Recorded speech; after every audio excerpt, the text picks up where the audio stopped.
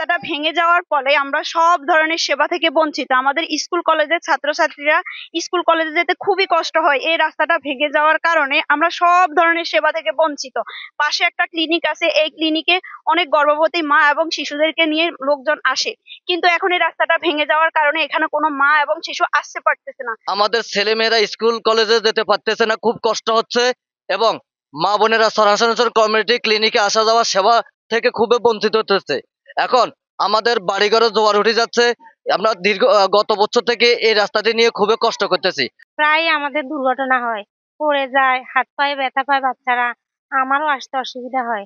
তাই আমরা প্রশাসনের দৃষ্টি আকর্ষণ করতেছি যত দ্রুত এই এলাকাবাসীর পক্ষে কিংবা জন্য বা ক্লিনিকের স্বার্থে যাতে দ্রুত কোনো পদক্ষেপ নেওয়া হয়। কমিউনিটি ক্লিনিক একটা হাসপাতাল আছে, মেডিকেল। এখানে গর্ভবতী মহিলা এবং মা, শিশু, বাচ্চা সবার চিকিৎসার স্থান এই হাসপাতালটাই।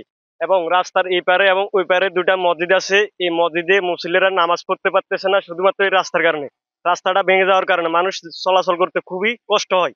এখন রাস্তাটা ভেঙে যাওয়ার কারণে অনেক মানুষ আগের মতন সেভাবে হসপিটালে আসতে পারে না, চিকিৎসা নিতে পারে না, মসজিদও যেতে পারে না। আমরা সরকারের কাছে অতি দ্রুত আবেদন করি যাতে আমাদের দ্রুত সংস্করণ করে দেয়। মানে রাস্তাটি বৃষ্টি এবং ওই জোয়ারের পানিতে, প্রবল বৃষ্টি এবং জোয়ারের পানিতে রাস্তাটি ভেঙে যায়। গ্রামের এলাকায় অনেক মানুষের কষ্ট হয়, মসজিদে যাইতে পারে না, স্কুলে যাইতে পারে না, ক্লিনিকে গর্ভবতী মহিলাকে দেখাইতে পারে না, কষ্ট হয়। যদি সহজে সরকার যদি একটু সহযোগিতা করে তাহলে আমরা হেল্প পাই।